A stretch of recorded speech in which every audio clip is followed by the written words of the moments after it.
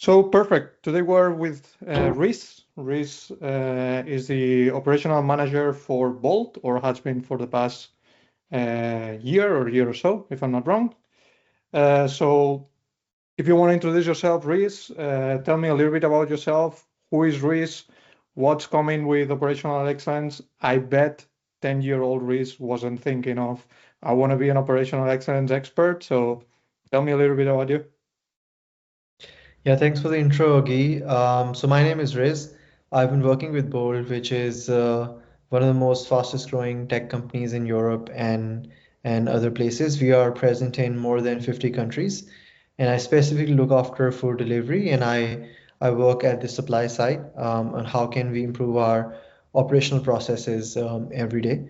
So yes, operational excellence wasn't something that I dreamt about as a kid. I didn't even know about the term back then, and it was pretty normal, right? Like my dreams were to be a pilot or a commando and things like that.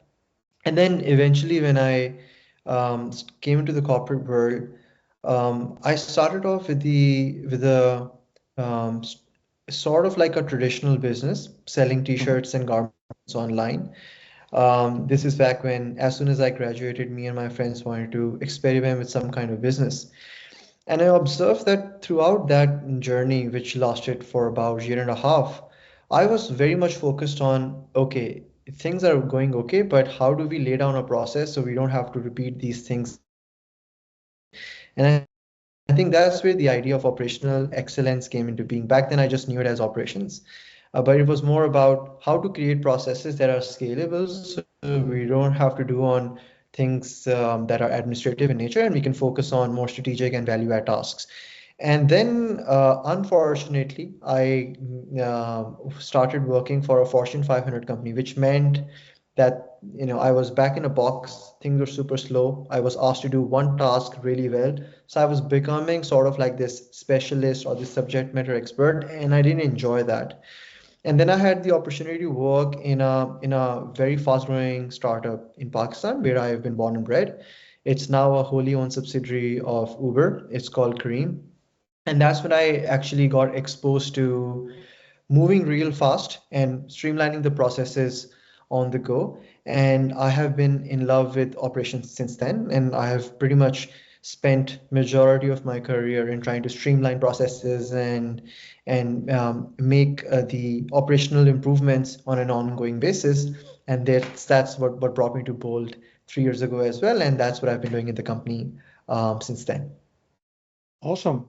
So I guess all of this started when you had this company on t-shirts, if I'm not wrong, or clothing, I guess. And what was the challenge there that sparked for you to be like, okay, we need to put some processes here. We need something to be a little bit more structured, I guess. Yeah, so we were a super small company, right? We were just a bunch of friends who had some money lying around. We wanted to experiment. So we did not have the ability to have a CRM system in place or an inventory management system in place. But we did want to keep track of how many t-shirts are being sold, how many not being sold. Back then we didn't even have a website, so we were basically just selling these things through word of mouth, WhatsApp, Facebook, a bunch of random channels. So it was very difficult for us to keep an account of what's the current inventory and how much has been sold so that we can plan how much is needed. And with t-shirts, the thing is that there are too many SKUs, there are too many sizes, there are too many color variations, and then there are too many designs. So it was very difficult for us to actually know what do we have at the moment and what will we be needing 1 week or 1 month from now. So I created this process through Excel sheet where we were recording the customer queries anyways, but those customer queries were not resulting in us to update our inventory. So I created like a very basic Excel formula where if sold, then it is marked as sold and it's taken out from the inventory.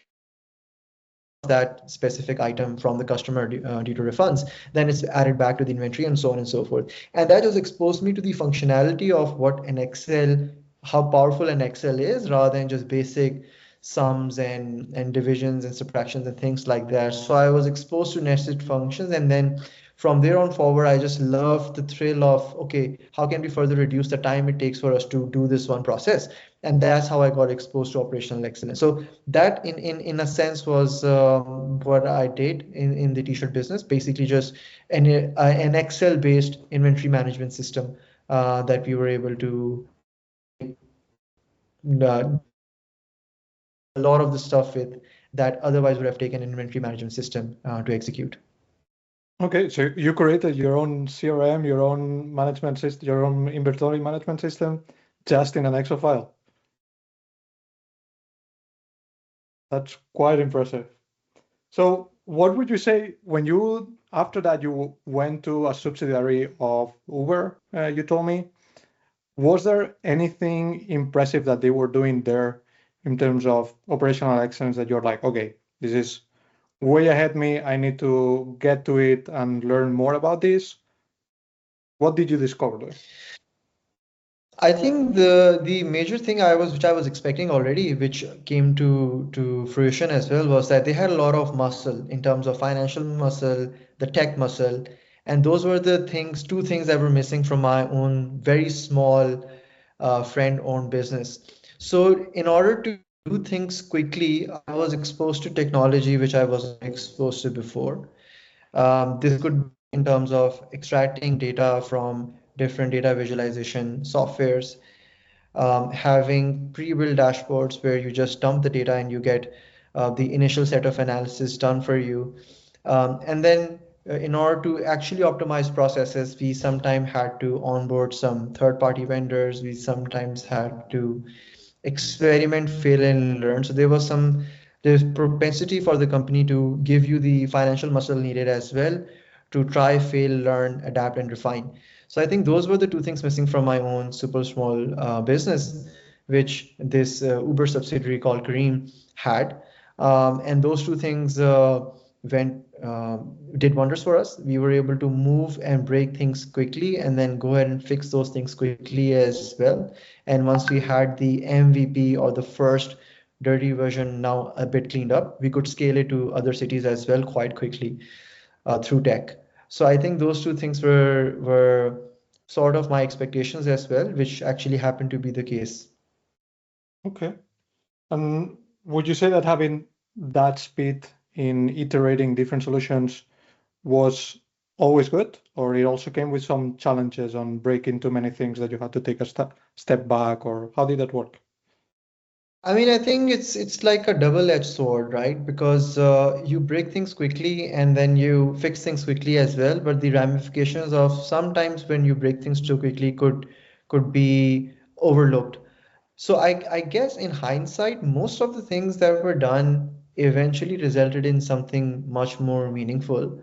So I wouldn't say that I had any regrets. It's like the Pareto rule, right? Like we were trying to focus on 20% of the things that would move 80% of the needle, and most of the time that was done. But yes, some of the time mistakes were done which could not be undone, and we just had to live with the consequences of those things.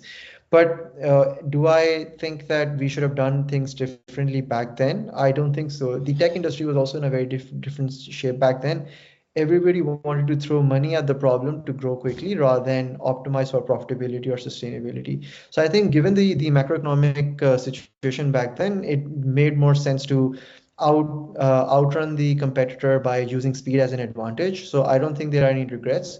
Yes, the industry has evolved a lot since then, especially after COVID, and so has the workflow on how quickly we break things and how hard we break things. The definition of that has also evolved. So I think it was a natural evolution, but I wouldn't say that I had any regrets back then. There were things that I was doing back then that I'm not doing now, which I said is the natural evolution of how the tech industry has evolved. Okay. So after this subsidiary of Uber, you went to a Fortune 500. I understand by your comment before that you were not happy there. They put you in a box. You had to probably only data analytics or something related to that, and you wanted a little bit more of a party. What was the situation there? They were having an operational excellence team, or you were just hired as someone that knows from processes, but it's at the end of the day just crunching numbers? No, my job description was also a bit different. I was a financial analyst, so I was expected to analyze some insurance companies and do some basic financial modeling and stuff. So the job was also primarily focused on number crunching, uh, purely on number crunching. Whereas in Kareem, which is Uber subsidiary, as I mentioned, it was a mix of we want to use data to take operational decisions so that we can scale quickly. And that was something that I enjoyed more because I analyzed the data and then I made an operational decision. And then the next day or the next week, I can see its impact. I can see through data what impact is it generating. But in the Fortune 500 company, my job was to supposed to analyze data and then send it to the relevant teams, and they can make a decision based off of that. So I wasn't actually seeing the immediate or the direct impact of the analysis that I was doing. And I think that was a good thing about working for this startup. Okay. So with all of that experience, you go ahead and end up in Bolt, which I understand the business model is probably similar to what you were doing before. What learnings did you bring? What things did you change from what you were doing before that you're not doing now? And what things are you doing now that you were also not doing before? Yeah, I think that's a great question. So as part of Kareem, I was based out in Pakistan and I was part of the local operations team. So my lens was very in the moment. What's happening today, what's happening tomorrow, and what's happening in the following week, and maybe what's happening in the following month. But that's pretty much it. The horizon or the span was limited to that because we need to make sure the operations are running smoothly. Whereas in Bolt, I'm part of the central team, which is I'm based out in the headquarters. Now the horizon changes a lot. We are operational in a total of 16 countries right now with the food delivery business. So my job is not to fix the issues in Poland or fix the issues in Romania, but my job is to identify what are the biggest pain points of all markets, what are the common problems within them, and then how do I stack rank based on priority, what needs to be solved today that can benefit, which means that stakeholder management was something that I didn't do in my previous company as much as I have to do over here. We can have a problem in Ghana, which is very important to the local team, but at a global scale, it doesn't mean that much in terms of its impact to the overall business. So we had to manage the relationship with the local team as well. That how do we manage their relationship so they are seeing we are hearing them and their problems as well, but at the same time we're very focused on the ROI of any project that we would do. So the lens changed from being very super focused and laser focused at a local on ground level to thinking in a more helicopter view and more strategically what are the biggest pain points that will move again 80% of the needle. So that's, I think, that was the biggest shift I had in terms of my thinking, critical thinking as well, but also in terms of my stakeholder management. Okay. And would you say with what you're commenting with different countries, are the different countries playing a role in their mentality on how to adopt best practices, especially around operational excellence, how to adopt new processes and things like this? And do you see a challenge there on trying to get people on board, or how are you navigating that? I don't see it as a challenge. I see it more as an opportunity because even though that I'm in HQ, the local context is very important. And sitting in HQ, I will never have the local context unless I develop that relationship with that person so that they can transmit information in such a way that it's easier for me to understand what's actually happening on ground. So more than implementing the changes, it's more about I need to implement the changes that are localized to the nuances of that specific market. So I see it as an opportunity to learn from the local operations team that what I'm thinking of this problem based on this data point. But does that data point resonate with the actual on-ground realities of that local market or not?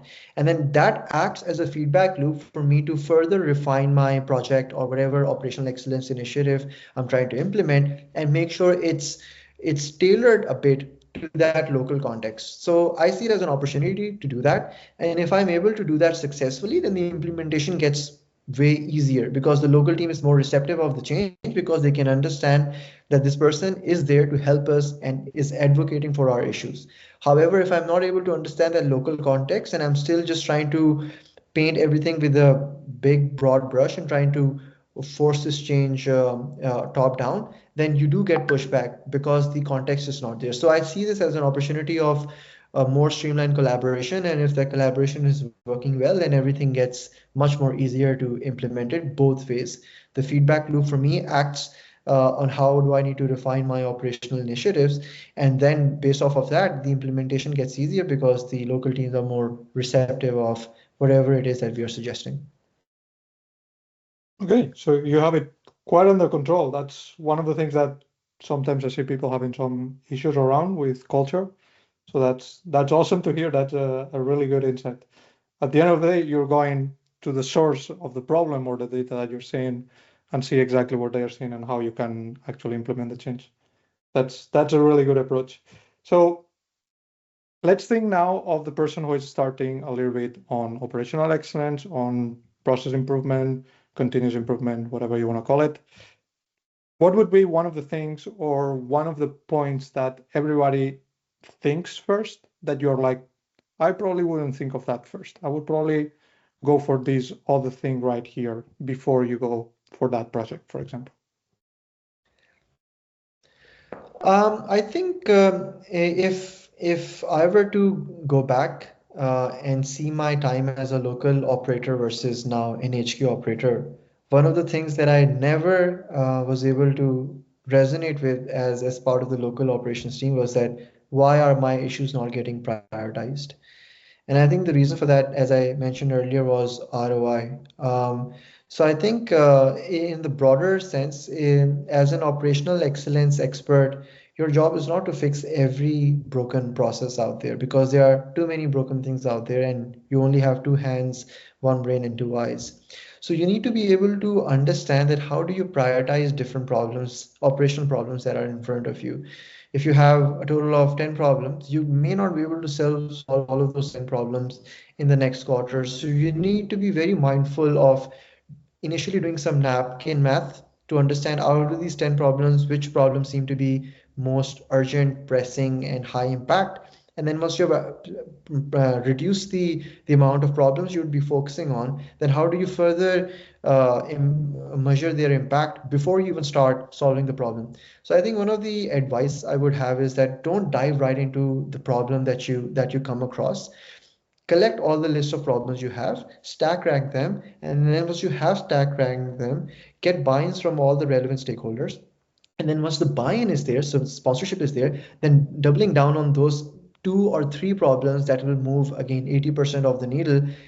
I think it's a very good framework of making sure that you're doing the most impactful work in the least possible time. And I think that was something that I overlooked. I wanted to do everything that was broken because of this charisma or the passion to fix things. But you should know that you would not be able to do that. So a good way is to step back, look at the most impactful things, consider everything else to be noise, and then just focus on these things that will help you achieve all of the impact that these other things could have brought. Okay, that's a really good practice for someone who is starting. I bet most of us, when we got started, it's what you say. You want to fix everything. You start saying that you can do a lot of things, and you're quite excited to try to fix everything. So, yeah, thank you. If we talk a little bit of the future and a little bit of tech, you're quite into tech. You basically work in tech, so you probably have really good insight there. How do you see the future with all the new technologies, with automation, data analytics, with AI, and for all the operational excellence? How do you see that coming into play? Do you see something that will get more adoption? It's already there. How do you see that? I think I would answer that in two parts. One would be at a company level, but then another one would be at a personal level as well.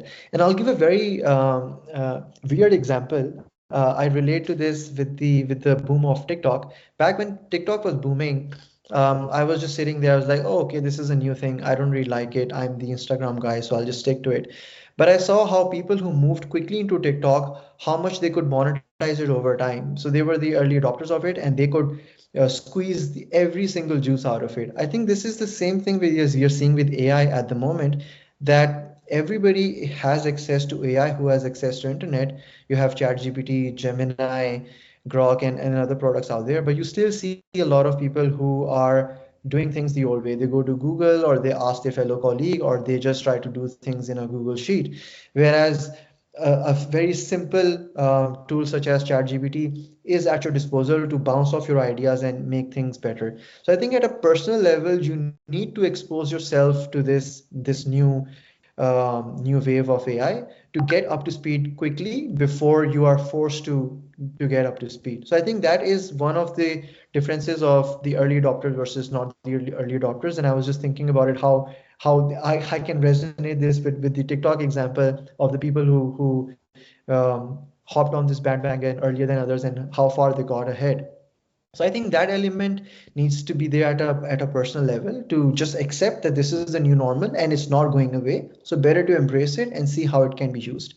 The other thing would be at a company level, and this happened recently in my own company as well, that at times, since I'm not an expert in data analysis per se, I do have some reliance on expert data analysts. I do have some reliance on other kind of automations which are Python based or Google Apps script based, since I'm not well versed with those things as well.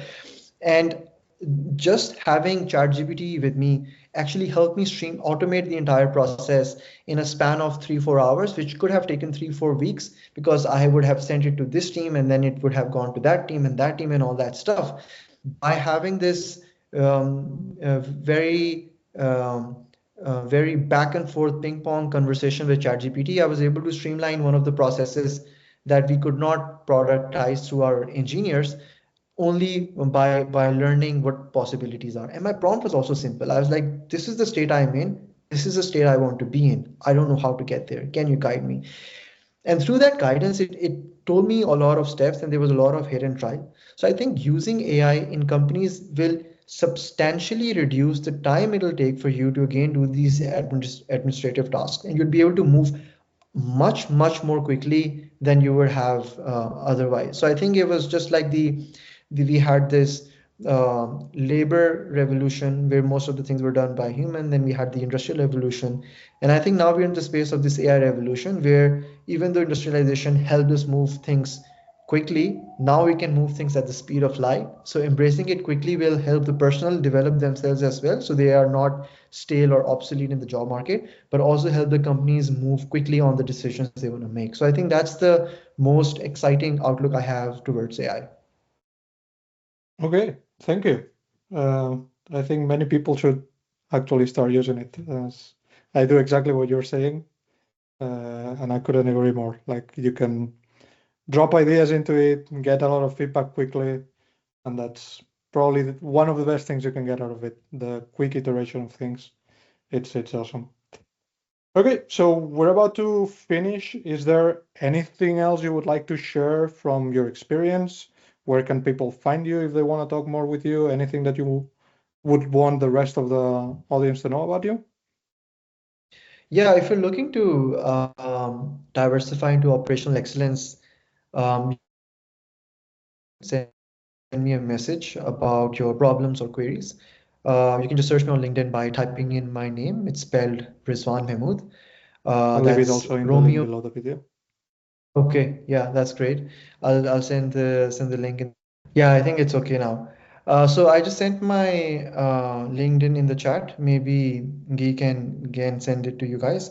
But my parting thought was that if you're thinking about operational excellence, know this, that operational excellence is a very broad thing. It's like you're wearing multiple hats at multiple times. So it's not just like if you're an operational excellence expert, you'll do just one thing. Your job is to identify the biggest operational problems, stack rank them, and then solve them one by one. That's what an operational excellence person does, which means that any problem can be thrown at your plate and you need to find out ways on how to fix that. Okay, thank you. Then thank you, Reese, and we see everybody on the next episode. Yeah, thank you so much, Guy. See you. Bye.